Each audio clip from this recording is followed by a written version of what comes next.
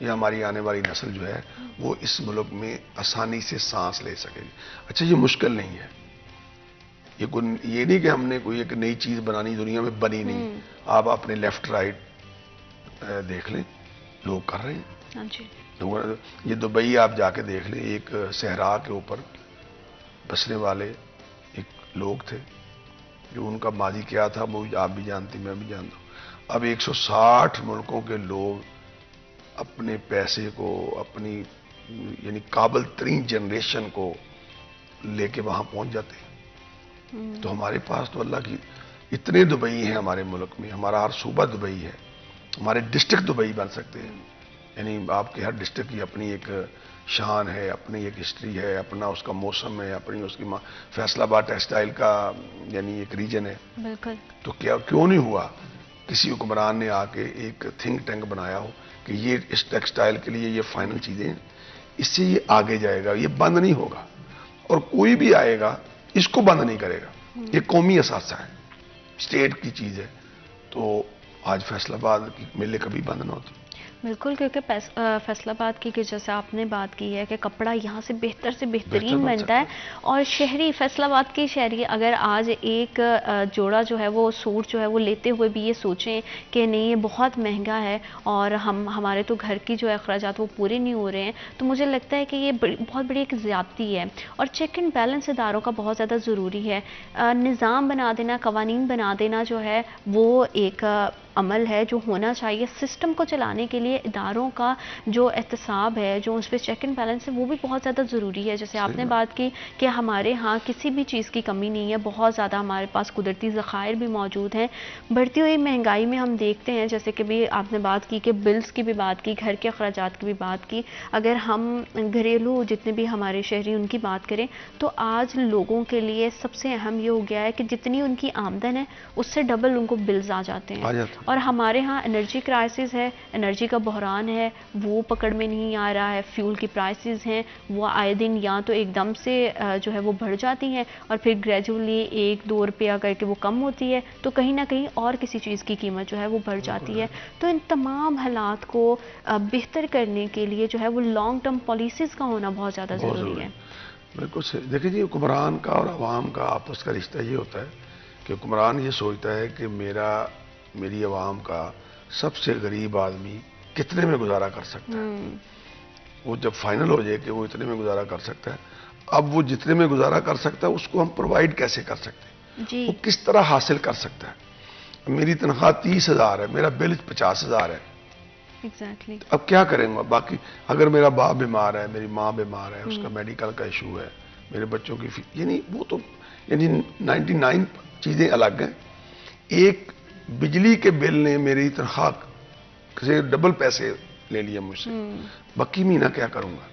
بالکل. اب یہ وہ چیز ہے کہ وہ جو عوام کی بد دعائیں ہیں, وہ ان کی جو پریشانیاں ہیں, وہ یہاں تو ہم گزارا کر لیں گے, ٹھیک ہے جی, دوست دھاندلی سے بھی کر لیں گے, کسی کو ڈرا دھمکا کے بھی کر لیں گے, لیکن اس کا احتساب ہم نے جب عمر بن عبدالعزیز جب حکمران تھا تو اس کے وزیر خزانہ نے کہا جی کہ رمضان کا مہینہ آ گیا عشر زکوٰۃ کا, تو پیسے بہت پڑے ہوئے ہیں, کیا کیا جائے. اس نے کہا کہ ایسا کریں کہ جو بھی میرے ملک کی مقروض لوگ ہیں, اب ملک کتنا ہے اس کا, وہ شام میں بیٹھتا ہے اور سرحد اس کی آذربائیجان ہے. 66 لاکھ مربع میل کی حکمرانی ہے. ہمارا شاید پاکستان 7 لاکھ مربع میل ہے یا کتنا غالباً ایگزیکٹ یاد نہیں. تو مختصر یہ بات ہے کہ اس نے کہا جی سارے گورنرز کو لکھو کہ میرے ملک کے مقروض کے قرضے اتار. انہوں نے قرضے اتارے, انہوں نے پھر رپورٹ پیش کی وزیر خزانہ نے کہ جی قرضے اتر گئے لیکن ابھی بھی پیسے پڑے ہوئے. اس نے کہا جی ایسا کریں کہ جو کاروباری قرضے ہیں وہ اتار دو. وہ اتار دیے گئے. انہوں نے رپورٹ پیش کی, جی پیسے تو بھی پڑے. انہوں نے کہا جتنے میری مملکت کے نوجوان ہیں ان کی شادیاں کر دو میرے خزانے سے, ملک کے خزانے سے, بیت المال سے. اب شادیاں ہو گئی. شادیوں کے بعد انہوں نے کہا جی پیسے تو بھی پڑے. انہوں نے کہا جی گورنرز کو لکھو کہ وہ صحراؤں میں پہاڑوں پہ جنس غلہ خرید کے وہ وہاں بکھیر دے. عمر بن عبدالعزیز چاہتا ہے کہ قیامت کے دن کوئی جانور بھی اللہ کی عدالت میں میرا کو مقدمہ پیش نہ کرے کہ میں اس کی سلطنت میں سارا دن اڑتا رہا، مجھے کچھ چیز نہیں ملی، میں اس کے پیٹ کی بھی فکر کروں گا۔ بالکل۔ اب یہ ہوا کیسے؟ ہوا صرف اس لیے کہ جس دن وہ حکمران بنا تھا نا، اس نے سب سے پہلے اپنی بیوی فاطمہ کو، جو 5 بادشاہوں کی رشتہ دار ہے، دادا بادشاہ، باپ بادشاہ، خامند بادشاہ، پھر بھائی 2 بادشاہ، تو اس کو بلا کے کہا تھا کہ جو بھی تیرے پاس گھر میں ہیرے جواہرات پڑے وہ مجھے دے دو، میں نے بھی ساری جائیداد بیت المال میں جمع کرا دی ہے، یہ بھی میں جمع کراؤں گا، کیونکہ آج کے بعد ہمیں اپنی فکر نہیں، اپنی قوم کی فکر ہے۔ جب اس نے یہ نقشہ پیش کیا تو پھر اللہ نے برکتیں بھی ڈالی۔ پھر اس کو کہتے ہیں مورخ کے رات کو جب ہوٹلوں میں بیٹھتے تھے تو لوگ ایک دوسرے سے جو ڈسکس کرتے تھے، وہ یہ نہیں کہتے تھے کہ تیرے پاس بکریاں کتنی ہیں، تیرے پاس مال کتنا ہے۔ حکمران منصف تھا، عادل تھا، بحث یہ ہوتی تھی کہ آج تو نے قرآن کتنا پڑھا ہے، آج تو نے حدیث کتنی پڑھی، وہ نقشہ ہی بدل گیا اور فراوانی آئی۔ اتنا اسلام کی ہسٹری میں 2 سال حکمران رہا صرف۔ اور یہ بھی میں آپ سے جاتے جاتے عرض کر دوں، حکمرانی کے لیے 30 سال 50 سال نہیں چاہیے، اچھی دیانتدار حکمرانی کے لیے 1 سال 2 ہی بڑے ہوتے ہیں۔ بالکل ایسے ہی سر، میں آپ کی بات کو یہیں سے آگے بڑھاؤں گی، وقت ایک چھوٹی سی break, I will be right back after short break. آپ دیکھ رہے ہیں سٹی ایٹ 10 اور ملکی حالات بہتر ہوں، سازگار ہوں، ہمیشہ جو ہے اس چیز کی امید رکھنی چاہیے اور کبھی بھی امید کا دامن ہاتھ سے نہیں جانے چاہیے، کیونکہ ہمارا دین بھی یہی کہتا ہے کہ نا امیدی اور مایوسی جو ہے وہ سراسر جو ہے وہ کفر ہے، اور ظاہری بات ہے بحیثیت مسلمان اور پاکستانی ہم سب کی یہی کوشش ہوتی ہے کہ جتنا پازیٹیولی اپنے معاشرے میں کنٹریبیوٹ کر سکیں وہ کریں، تاکہ ہمارا ملک جو ہے وہ آسان انداز سے چل سکے۔ اگر اللہ تعالیٰ نے آپ کو استطاعت دی ہے اور آپ کے پاس اتنے وسائل موجود ہیں تو اس وسائل کو کہیں بہتر جگہ پہ انویسٹ کیجئے، کیونکہ بے روزگاری بہت بڑھ گئی ہے، لوگوں کو روزگار مہیا کرنا بہت زیادہ ضروری ہے۔ کسی کی مدد کر دینا 1000 500 2000 سے، اس سے بہتر ہے کہ آپ اس طرح کے وسائل ہیں، اس طرح کی اگر آپ کے پاس اللہ نے آپ کو جو ہے وہ ہمت دی ہوئی ہے تو آپ اس طرح کی اپرچونٹیز کو کریٹ کریں تاکہ لوگوں کے لیے روزگار بڑھے اور وہ باعزت طریقے سے خودداری سے اپنا گھر کا چولہا چلا سکیں، اپنے بچوں کی تعلیم اور اخراجات جو بھی ان کے گھر کے ہیں اس کو جو ہے وہ آسان انداز سے پورا کر سکیں۔ تو اپرچونٹیز کو کریٹ کتنا زیادہ ضروری ہے، اور اپنے جو ہمارے پاس قدرتی ذخائر اس کو کس طرح سے بروئے کار لا سکتے ہیں، اسی حوالے سے ہم بات کریں گے سر۔ جیسے کہ ہم نے پہلے بھی ڈسکشن میں یہ بات کری کہ ہمارے پاس ملک پاکستان پہ اللہ کی اتنی رحمت ہے، اتنی نعمتیں ہیں ہمارے پاس اتنے قدرتی ذخائر موجود ہیں، اور بہت سارے ہمارے ہاں ایسے مخیر حضرات ہیں جسے اللہ تعالیٰ نے بہت سارے وسائل سے نوازا ہے۔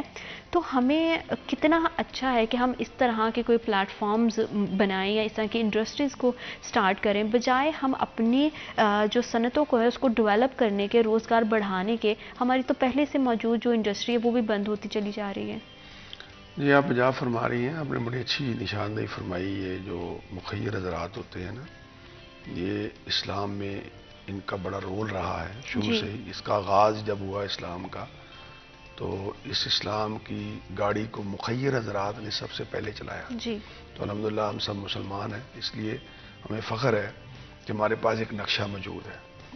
لیکن پاکستان میں 2 چیزیں ہیں، میں عرض کروں گا آپ سے۔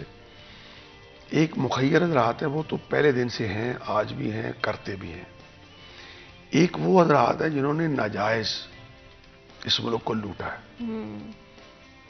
مجھے پتا ہے، میں جو بڑے ادارے ہیں ان کے کسی ذمہ دار سے ملتا ہوں تو میں ان سے کہتا ہوں کہ میں آپ کو مارکنگ کر دیتا ہوں، ایک چھوٹا سا بزنس مین ہوں، سیاسی طالب علم ہوں، ایک جماعت کا ذمہ دار ہوں، مجھے پتا ہے کہ یہ فلاں صاحب جو ہیں انہوں نے پاکستان کا اربوں روپیہ عوام سے نچوڑا ہے، ہاؤسنگ سوسائٹی کے نام پہ، فلاں چیز کے نام پہ، فلاں چیز، سب سے زیادہ مافیا یہ ہاؤسنگ سوسائٹیاں ہیں۔ تو آپ ایسا کریں کہ ان کو پکڑیں، کوئی دبئی بیٹھا ہے، کوئی لندن بیٹھا ہے، ان کے جو لوگ ہیں آتے ہی نہیں ہیں، انہیں آگے بندے رکھے ہوئے ہیں جو ان کو سہولت کار ہیں، ان کے ان کو پکڑ کے کہیں جی آپ یہ 1,000 ارب، آپ نے 50 ارب کا گھر لیا ہوا ہے باہر، یہ کیسے لیا ہے؟ اور یہ 1,000 ارب جو پاکستان کے غریب عوام نے آپ کو دیا ہے وہ باہر لے گئے، یہ لے کے کیسے گئے ہیں؟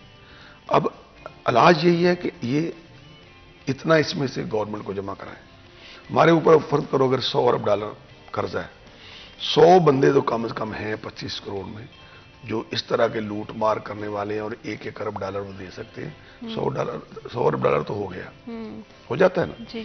جب ان کو پکڑیں گے نا تو میں اور آپ، ہماری جیب میں اگر 50,000 ہے نا تو ہم بھی جاتے ہوئے اسٹیٹ بینک میں 25 جمع کروا دیں گے کہ ملک جو ہے وہ سنسیر قیادت کے پاس آ گیا ہے اور مخلصانہ وہ کوشش کرنے لگے میں بھی حصہ ڈالتا ہوں. اب یہ نہیں میری بہن ہو سکتا کہ چور ڈاکو مجھے آپ کو لوٹنے والے وہ جہاز خرید لیں اپنے ذاتی اور میں قوم کے سامنے آ کے کہوں کہ جی آئیں مخیر حضرات تعاون کریں. یہ جو شکوک و شبہات ہے نا، اس طرح نہیں عوام کا اعتماد بحال ہوگا. پہلے کٹ لگائیں ان کو جنہوں نے ہمیں لوٹا ہے. ٹھیک ہے، مجھے بھی پتا ہے، لوگوں اداروں کو بھی پتا ہے کیوں ان کو چھوٹ دی ہوئی ہے. ٹھیک ہے، جب وہ ہم سب سے بڑا پرابلم کہ IMF جس نے ہمیں سب سے زیادہ برباد کیا ہے. ایک سود نے برباد کیا، ایک اس کے قرضے نے برباد کیا. وہ یہ دیکھیں 75 سال ہو گئے ہیں، بڑے فخر سے ہمارے حکمران جب آتے ہیں وہ کہتا ہے میں اس کو اتنے پہ چھوڑ کے گیا تھا، اس نے اتنا کر دیا. ہاں جی. آج تک مجھے تو 50 سال سے زیادہ عمر ہوگی میری، میں نے تو جب سے سیاست میں پڑھا وہ 30 سال مجھے سیاست کرتے ہو گئے، میں نے کوئی نہیں سنا کسی سے کہ اس نے کہا ہو. یہ نواز شریف نے اس وقت ساگڈار نے کہا تھا کہ یہ ہماری آخری قسط ہے، ہم IMF کو خیر بات کہہ رہے ہیں. تو ان کو موقع دینا چاہیے تھا. اگر نہ کہہ سکتے تو ہم ان کو پکڑتے. لیکن کوئی آیا ہی نہیں سسٹم کہ وہ کہہ جی 100 تھا میں نے 50 کر کے جا رہا ہوں، میں نے 50 اتار دی. کوئی بھی گھر ہو اس کا قرضہ پہلے اترنا چاہیے. یہ کیسے سسٹم ہے؟ آمدن 100 روپیہ، خرچہ 1000 روپیہ. میرے ملک کی آمدن ہے فرض کرو اگزامپل ہے دے رہا ہوں، جی جی 100 روپیہ. ہاں جی. خرچہ اس کا 1000 روپیہ، 900 روپیہ کہاں سے آئے گا؟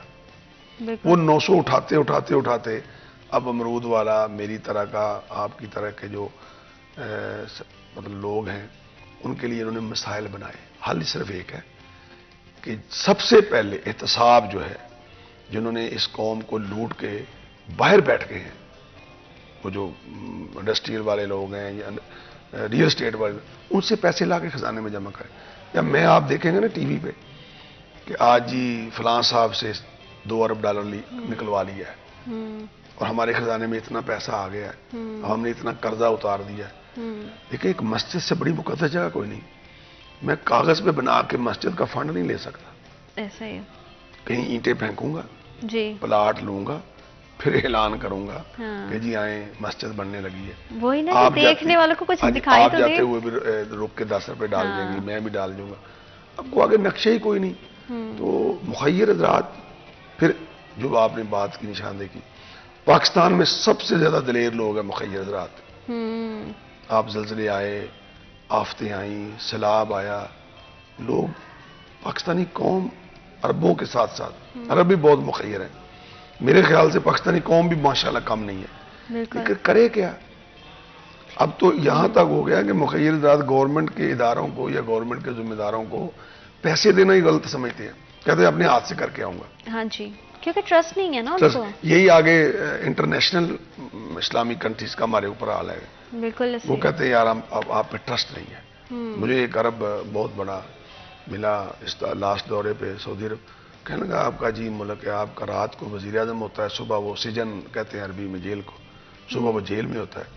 دوسرا اس نے کہا کہ یہ ایک پریشانی ہے، ایک کو ہم قرضہ دیتے ہیں، وہ ابھی پاکستان پہنچتا نہیں، اس کو اتار دیتے ہیں. ہم دوسرے کے پاس جاتے ہیں جی قرضہ دیا تھا. وہ کہتا کیوں دیا تھا؟ کیونکہ جیسا آپ سوچتے ہیں، کہتے ہیں کہ آپ کی اعمال کا دار و مدار بھی آپ کی نیتوں پہ ہوتا ہے. آپ کا بہت شکریہ، آپ نے ہمیں اور ہمارے پروگرام کو وقت دیا. اور تمام دیکھنے والوں کے لیے بھی میں دعا گو ہوں کہ اللہ پاک آپ سب کی آسانیاں، آپ سب لوگوں کے لیے آسانیاں پیدا کرے اور ہمارے ملکی حالات جو ہے وہ آنے والے دنوں میں بہتر سے بہترین ہوتے چلے جائیں. اور بس اپنا بہت زیادہ خیال رکھیے گا. اللہ پاک آپ کے لیے، ہمارے لیے، ہمارے ملک پاکستان کے لیے ڈھیر آسانیاں پیدا کرے. اللہ نے کے پان. بہت شکریہ.